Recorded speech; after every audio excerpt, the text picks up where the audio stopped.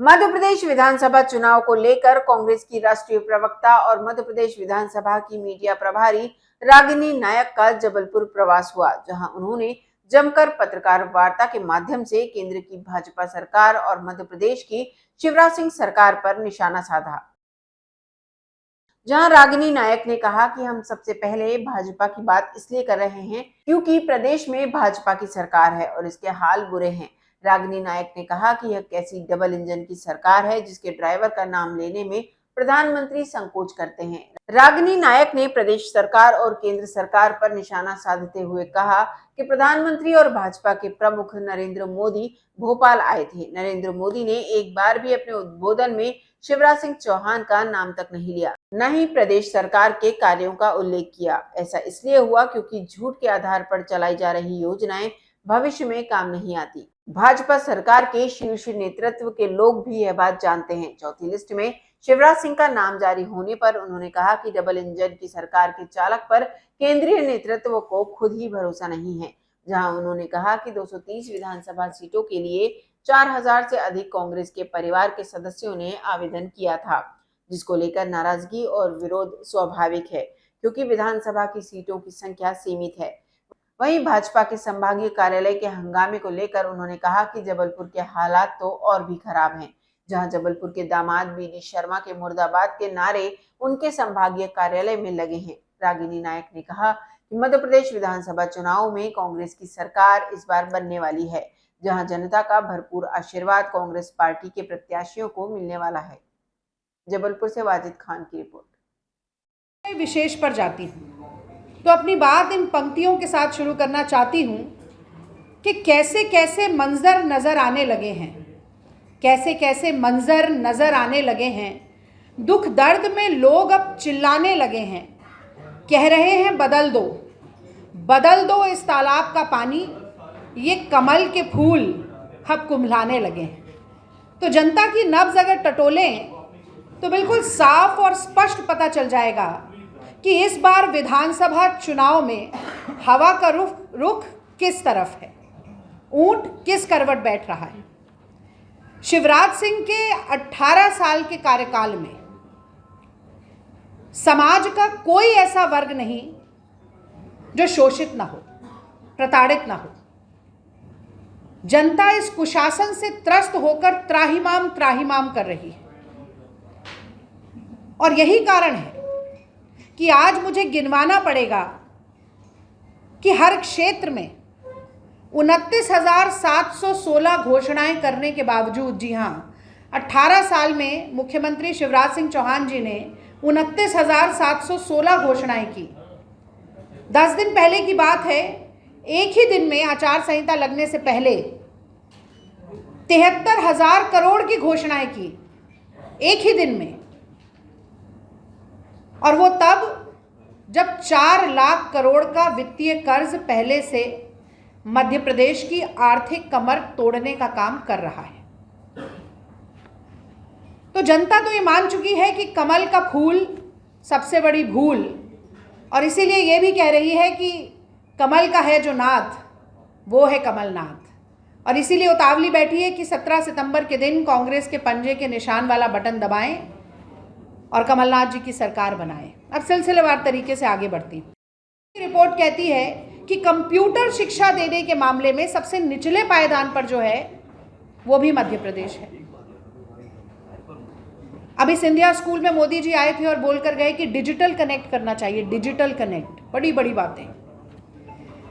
मध्य प्रदेश के 89% स्कूल ऐसे हैं जहां पर इंटरनेट की सुविधा नहीं है। 97% स्कूल, बात कीजिए 57% स्कूल ऐसे हैं जहां पर बिजली ही नहीं है। तो 11% स्कूलों में जो है वो इंटरनेट की फैसिलिटी है, 43% स्कूलों में बिजली है, और यहाँ डिजिटल कनेक्ट की बात हो रही है। पर उपदेश कुशल बहुतेरे। थोड़ा और आगे बढ़ते हैं, बच्चों की बात कर लेते हैं।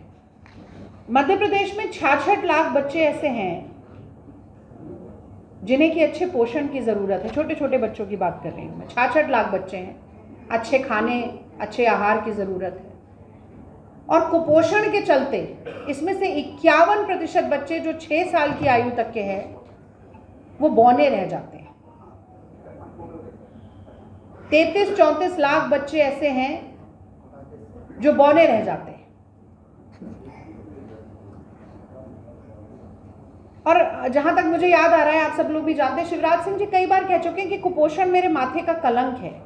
इसके बाद भी अपने आप को मामा कहने वाले व्यक्ति ने कुपोषण को मिटाने के लिए क्या किया? मध्य प्रदेश की बात तो है ही, अगर देश में भी अभी एक बहुत वीडियो वायरल हो रहा था श्रीमती ईरानी का भी, ग्लोबल हंगर इंडेक्स की बात हो रही थी। 125 देशों में से 111वें स्थान पर भारत पहुंच चुका है, यानी कि भूखमरी में विश्व गुरु बनने की कगार पर हैं। और सबसे ज्यादा कुपोषण अगर कहीं है तो वो मध्य प्रदेश में है।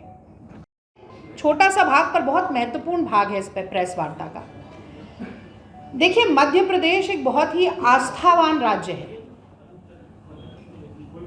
जैसे ही अक्टूबर का माह आता है, हमारे पर्वों का मौसम आ जाता है। श्राद्ध खत्म होते हैं, नौ दुर्गा, दशहरा, करवा चौथ, धनतेरस, छोटी दिवाली, दिवाली, गोवर्धन, भैया दूज, लंबा सिलसिला त्योहारों का चलता है। और जैसे जैसे त्योहार आते हैं, बड़े दुर्भाग्य की बात है कि वैसे वैसे मिलावटखोर माफिया जो है वो सक्रिय होता जाता है।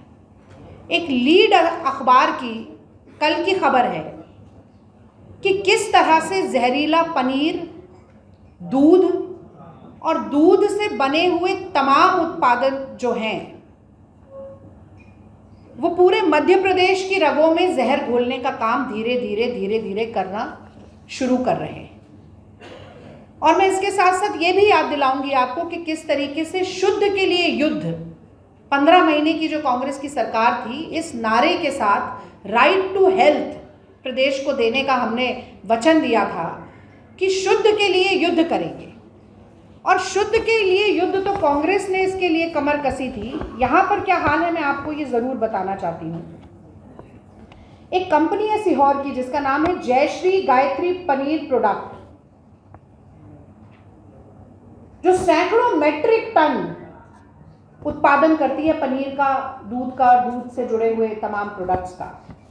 2 बार इसके सैंपल फेल हो जाते हैं, पर पनीर का उत्पादन बेधड़क चलता रहता है। इसके पनीर में palm oil, vegetable oil, sugar जैसे ऐसे कंपोनेंट्स पाए जाते हैं जो कि स्वास्थ्य के लिए बहुत ज़्यादा हानिकारक है। फिर भी पूरे मध्य प्रदेश में इसका वितरण हर जिले में पहुंचाने का काम हो रहा है। यहाँ तक कि दुबई और कुवैत में एक्सपोर्ट भी हो रहा है। FSSAI यानी कि food safety and standard authority of India ने इस पनीर को मानक के अनुरूप नहीं माना। फूड सेफ्टी रेगुलेशन एक्ट में इसे प्रतिबंधित बताया, क्योंकि जैसा मैंने कहा फैटी एसिड समेत तमाम केमिकल्स इसके अंदर मिले हुए हैं। फिर भी उत्पादन चल रहा है, कोई कार्रवाई नहीं होती। सरकार मुंह छुपाए कंबल ओढ़े पड़ी हुई है। बैठक जबलपुर में हुई, 3000 करोड़ रुपए की यहाँ पर घोषणा हुई, जिसमें नर्मदा रिवर फ्रंट भी हुआ, शास्त्री ब्रिज के ऊपर से एक शास्त्री ब्रिज की फ्लाईओवर की बात की, हम लोगों ने टाइगर सफारी की यहाँ पर बात की। 3000 करोड़ रुपए के भूमि पूजन में हम लोग ने स्मार्ट सिटी में, आज जो आप ये एयरपोर्ट की सड़क देख रहे हैं, वो कांग्रेस की सरकार के समय में इतनी शानदार सड़क हम लोगों ने स्मार्ट सिटी से सैंक्शन की। जो आप IT पार्क की सड़क देख रहे हैं, वो हम लोगों ने सैंक्शन की। स्टेडियम हो आज जो इतना खूबसूरत बना है, चाहे वो हमारा टेंसाइल वाला मार्केट हो, इतनी सारी चीजों का यहाँ काम हुए। परंतु जैसे ही भारतीय जनता पार्टी की सरकार आई, वो 3000 करोड़ रुपए के काम में से एक खटंगा का फ्लाईओवर उन्होंने चालू किया, बाकी सारे के सारे काम बंद इन्होंने कर दी। और जहां तक सनातन धर्म की आप लोग बात कर रहे हैं, हम लोग सनातन धर्म को, सनातन संस्कृति को मानने वाले लोग हैं।